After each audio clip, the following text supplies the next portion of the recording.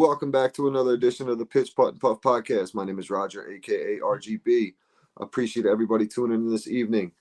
Before we get rolling, got to give a quick shout out to our sponsors. 420 Bliss, located at 740 Hoosick Road in Troy, New York, right up in the Walmart Plaza. Make sure you stop in there, check them out. Edibles, flour, tinctures, pre-rolls, disposables, you name it, they got it.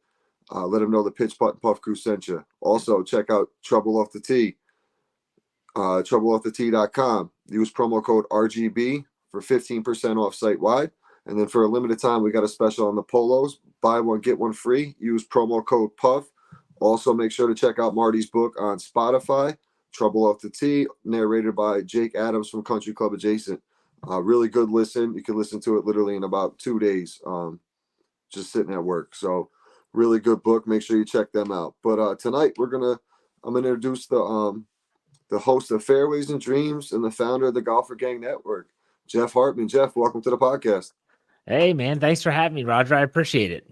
No, this is awesome, man. I appreciate everything you've done for us. This is the least I can do is get you on here, man. No, it's good to be here. I like I said before we hit record, I'm glad to be answering questions and not asking them for once. So this is good. On the other side of the desk, yep. Yes. So why don't you tell us a little bit about yourself and how you got into golf? Oh, dude, how I got into golf. Well, I grew up in a golf family. So grew up with one older brother. He's 3 years older than me. And my dad has golfed his entire life. And so when we were, as long as I can remember, we'd be in the backyard. My dad would get us little sawed-off clubs, or he would actually, get us. I remember we had a sand wedge called the Pal Joey, and it had a little kangaroo on the back. And so we would chip around with that. My brother, he outgrew it, so he gave it to me, and then I used it, and we just followed in our dad's footsteps. And he'd go on golf trips. He'd play all the time. He'd play in tournaments. So when we got old enough, my brother and I were, we golfed in high school, continued to golf after high school. We both went to the same college. And so we continued to play together, my brother and I, for a long time. But it's just always been a part of our DNA. It's always been a part of our life. Golf has always been, it's kind of funny. The seasons rotate around golf. It's like, well, in the winter, is it warm enough to go out and golf? Right. That's kind of how we gauge the weather in our family. It's, you're supposed to go up to 50. I think I'm going to go golf. So, yeah, it's just always been a part of our lives, man. And even watching golf, I could tell you a million stories growing up watching our family loved Freddie Couples. He was our favorite PGA pro of all time. And watching him win Masters and competing in the Players and all these great tournaments and stuff. So, yeah, I've just always loved the game. It's a challenge. I've not mastered it by any stretch of the imagination, but that's why I love it. Mm-hmm. Every single day, it's a different challenge too. It's one day it could be the driver, one day it's the putter, one day it's the short game. It doesn't matter. Every day it's a different challenge. Trying to put it all together is like a Rubik's Cube. It's tough. It's tough. I had a good one going today. So I go into work at 4 a.m. and get out at noon.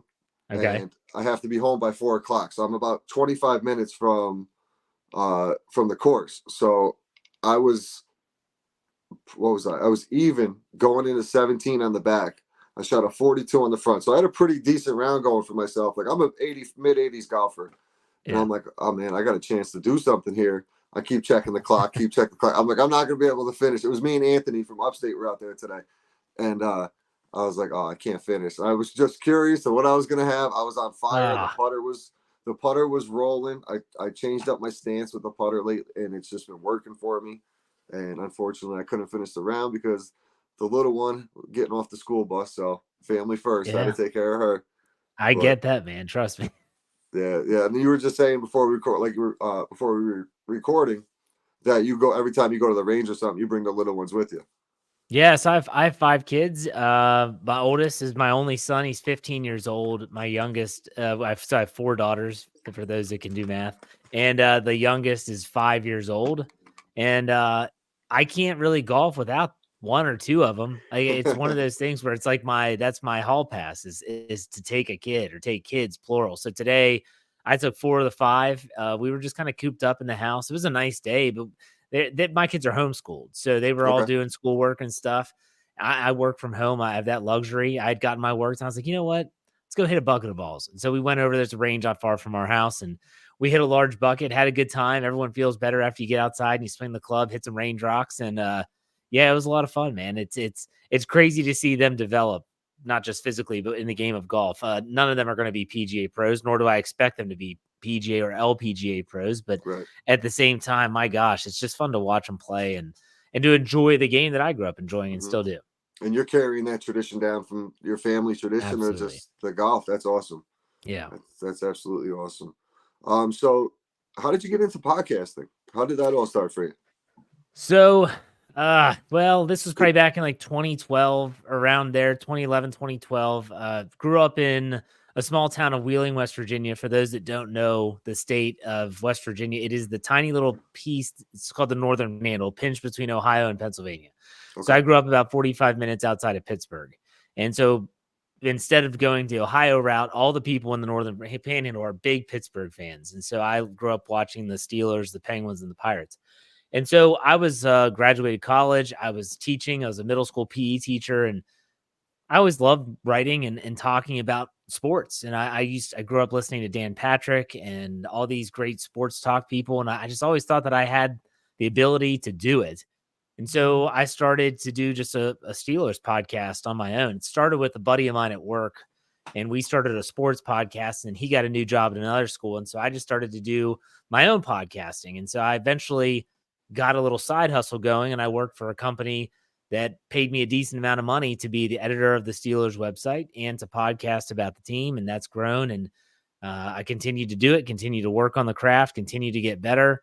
And so that turned into a full-time job this past school year. Last school year was my last school year teaching. I taught for 16 years, and now I'm a network director at Fans First Sports Network, which I cover the Steelers still. And I also construct that network the way I constructed the GolferGang network as I started a golf podcast in November of 2023. I just have always loved to talk about sports. And even Hmm. when I was a little kid, I'd know the stats and I'd know the background of the players, and people would want, I love talking about sports. And so I tell people all the time, I have the best job in the world. Like I literally get paid to talk about sports. So what Yeah, I can't complain about anything.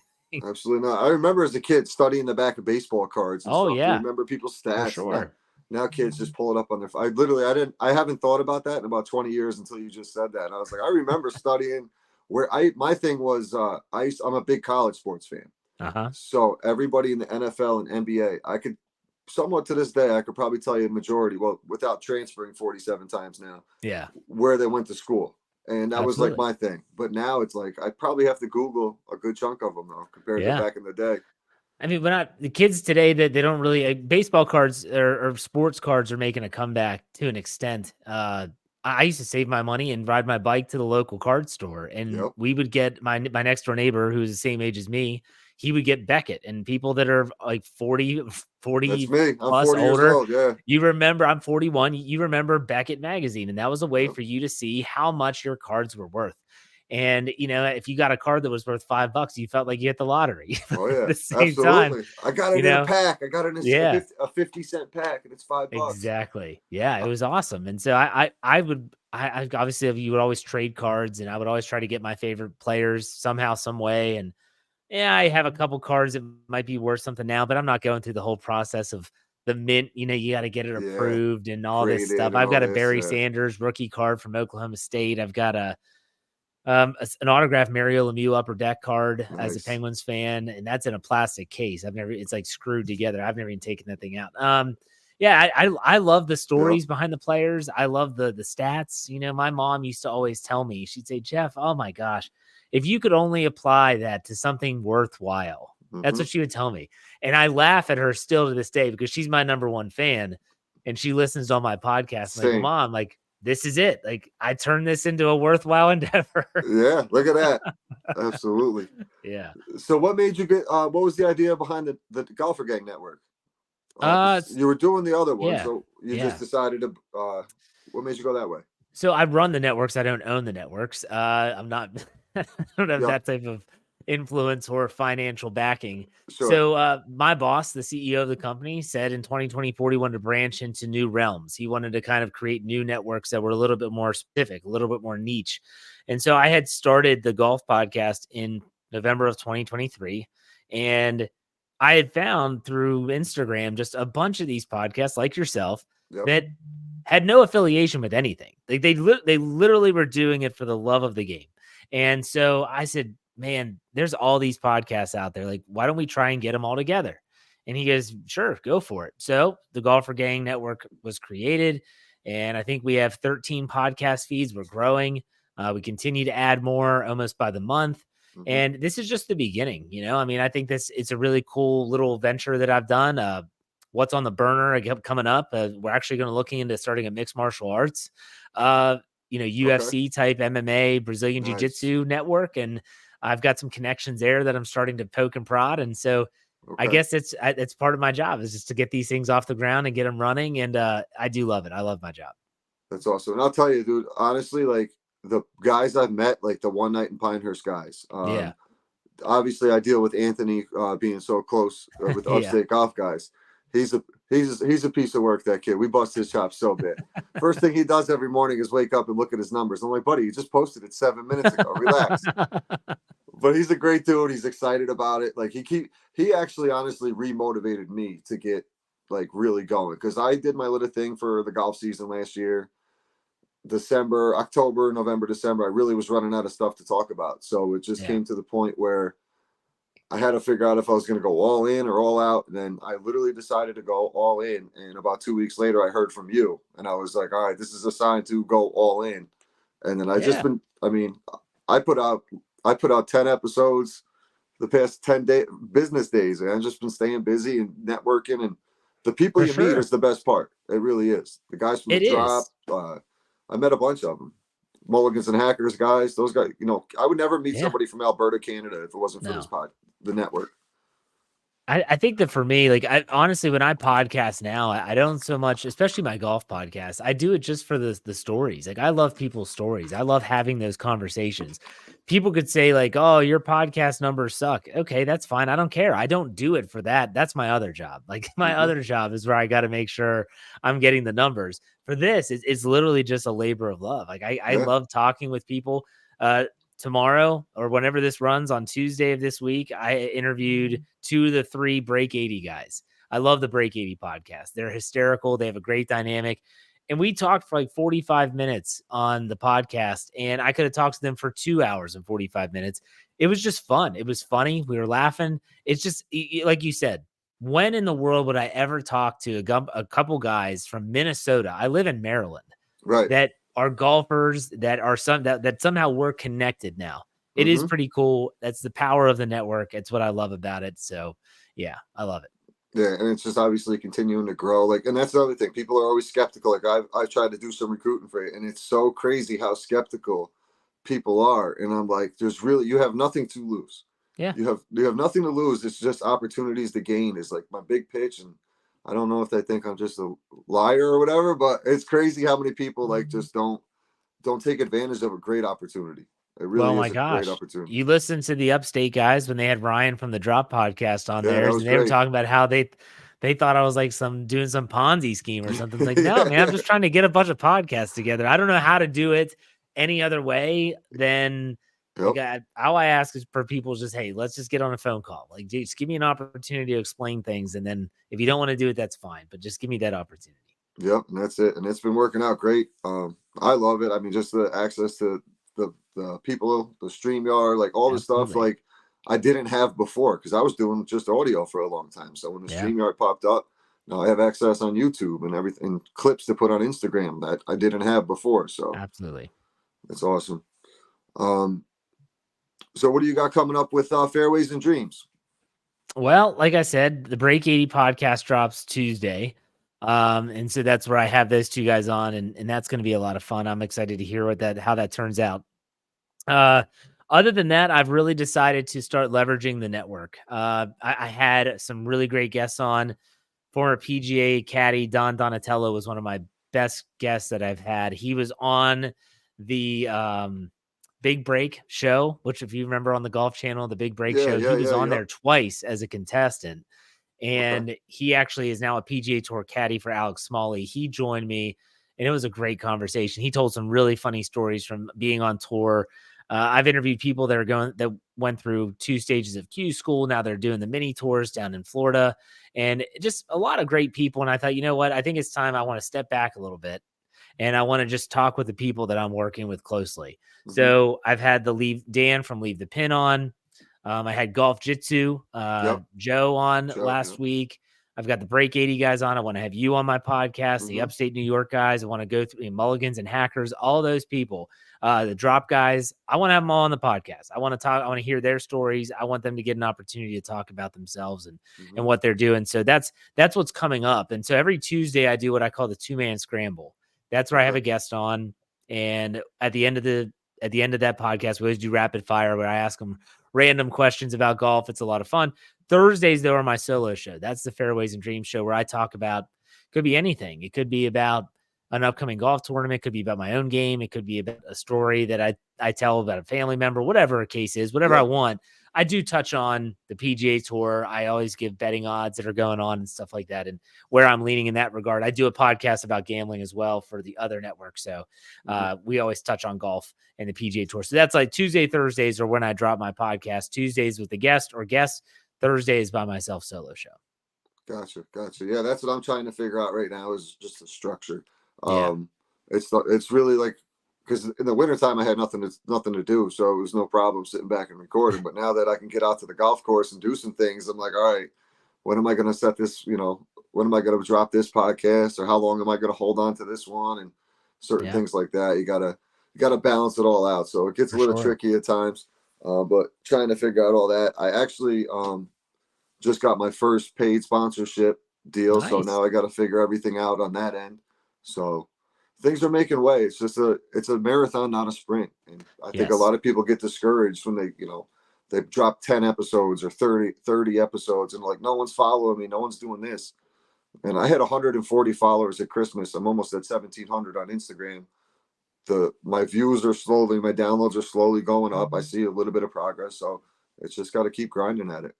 It took me, I've on my other network, when I have my Steelers coverage, we're one of the predominant Steelers podcasts around. And we had years where we had over 3 million downloads in a year, and we've had 10,000 download days and stuff. It gets insane, but people don't realize the work and how long it took to get there. I mean, it took years. Like I said, it started in maybe I started in 2012. I mean, for crying out loud, like we didn't start seeing those numbers until like 2020. You're talking about 8 years of grinding. And the biggest thing that I can tell anyone that wants to get into this space is that the one thing that you have to be willing to do is to be consistent. And if you can be consistent, people will acknowledge that and they'll honor that and they'll know that you're always going to be there. And so golf is a different world than when you're talking about any major sports league, NHL, NBA, Major League Baseball, NFL, doesn't matter.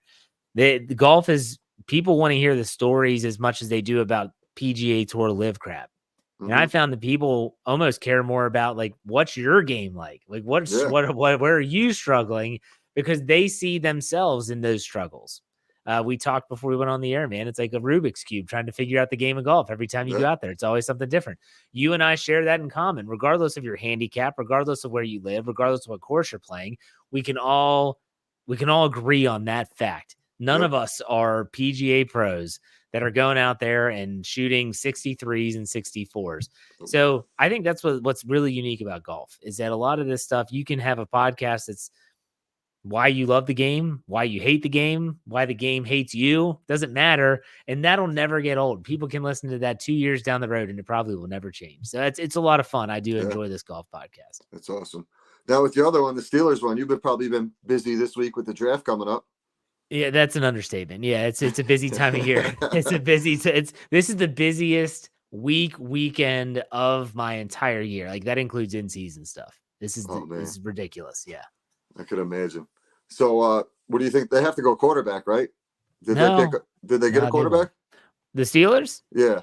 So they got Russell Wilson on the cheap. The Denver that's right. The Denver Broncos are picking up the tab for that this year. Then they traded for Justin Fields, a conditional 2025 pick it was a 6th-round draft pick in 2025, which could be a 4th if depending on playing time. So that they're set at quarterback. I didn't know they got Fields too. Fields is actually, I think, a good fit for them. I think so too. We'll see. So now that they're looking for offensive line help early, that's my guess is rounds 1 and 2 will be trying to address some offensive line. They need cornerback, wide receiver, a little bit of help on the outside, but they'll be competitive. We'll see how they do. The quarterback situation is going to be the biggest question mark around the Steelers this year. Yeah. as well as my Giants, man. I've ever since the Giants drafted Daniel Jones, I've had a real tough time sitting down on Sundays. I'm a Saturday guy. I love college football. Well, And I didn't mind the Daniel Jones draft selection. It was the contract you gave him after the draft yeah, selection. That's that's the second contract was just absorbent and it made no sense. The dude hadn't done anything. He took him to the playoffs one time. yep, And I believe they lost in the wild card that year. And yeah. it's like, wow, you're gonna give this guy now I think they actually might have won a game, but still, you're gonna give this guy this much money, like a king's ransom, and he hasn't proven anything. And they're regretting it. They're regretting it. A lot of people think they might draft a quarterback in this year's draft. We'll see. It's going to be interesting. Got to do something. The problem with them was they always hold on to guys too long. Like they held on to Eli too long. They Yeah. always hold on to guys too long. But then like I'm glad they didn't pay Barkley because that would have been wasted money in 2 or 3 years as well. And that with that offense, and there's nothing there for it. You should have traded him Yeah. last year and got something for him. Yeah. Would I could see would have that. been the right move. But Jeff, the way I like to wrap this up is I do have 3 questions. Pretty much the same questions. What's your favorite club in the bag? Right now, it can fluctuate. Nah, it's always my 7-iron. My 7-iron. If I get Me the as 7-iron in my hand, I just feel super comfortable. I could hit a million different shots with that club, from a punch to a fade to a draw. Like that's one of the few clubs in my bag that when I get over the ball and it's a stock yardage, I'm like, okay, I've got a good feeling about this shot. Yep. Doesn't mean I've never mishit it, but that's my favorite club. Me as well. Same exact reasons too. The legit. Yeah. It's like the first club I felt comfortable all the time hitting, and then that's how I learned how to do like hit a draw or try to wrap it around a tree or Yep. hit a stinger and all that kind of thing. That was just my go-to club, the 7-iron. What's the favorite course you ever played? Favorite course I've ever played. I would probably have to say that I do love a challenge, playing courses that are really, really easy are fun because you can score. But after a while, I get kind of bored. I want Mm-hmm. a challenge. And I would say that even to this day, as a 41-year-old man, the course I grew up playing in high school, which now the West Virginia High School State Championship is there.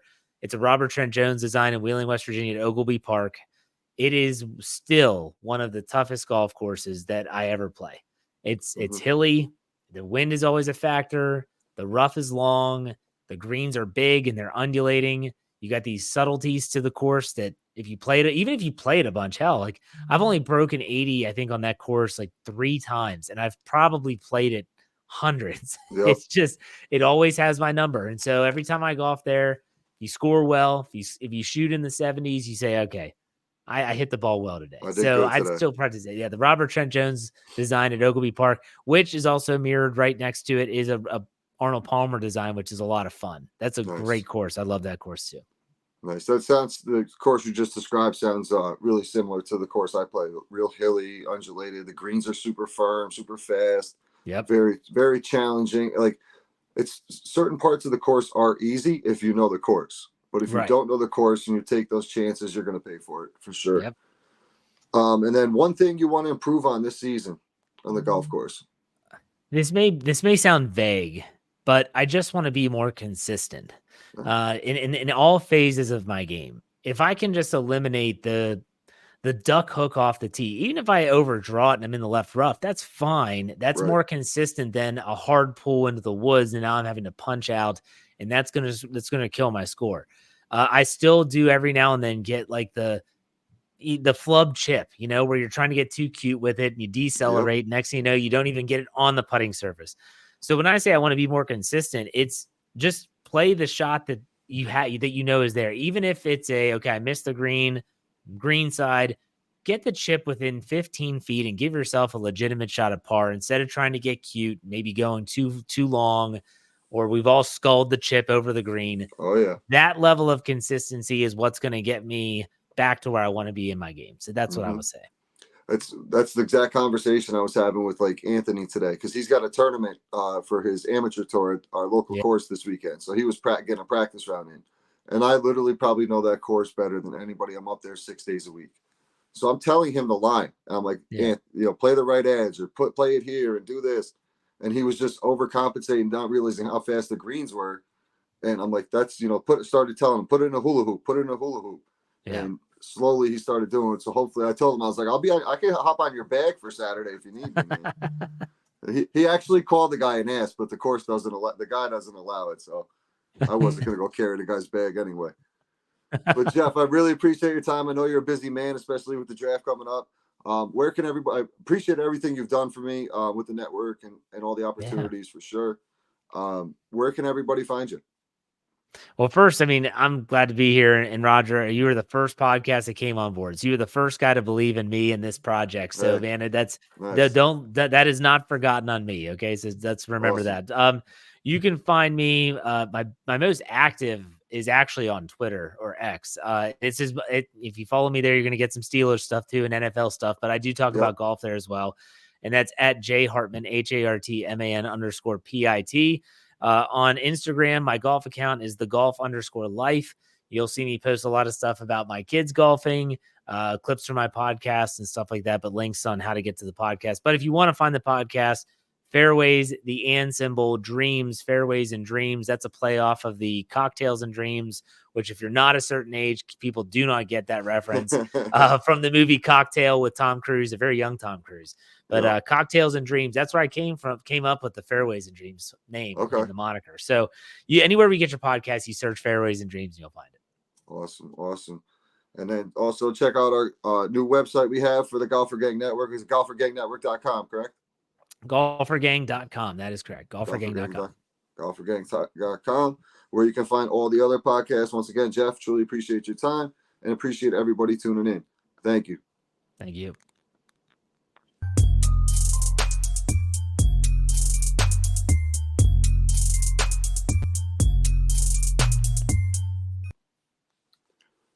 Appreciate Jeff hopping on the podcast here tonight. Really appreciate his time. He's done a lot for everybody in the network. It's a great opportunity for everybody. So make sure you check us out, thegolfergang.com. Also, just want to take a quick second. Shout out 420 Bliss, located at 740 Hoosick Road, Troy, New York, Walmart Plaza.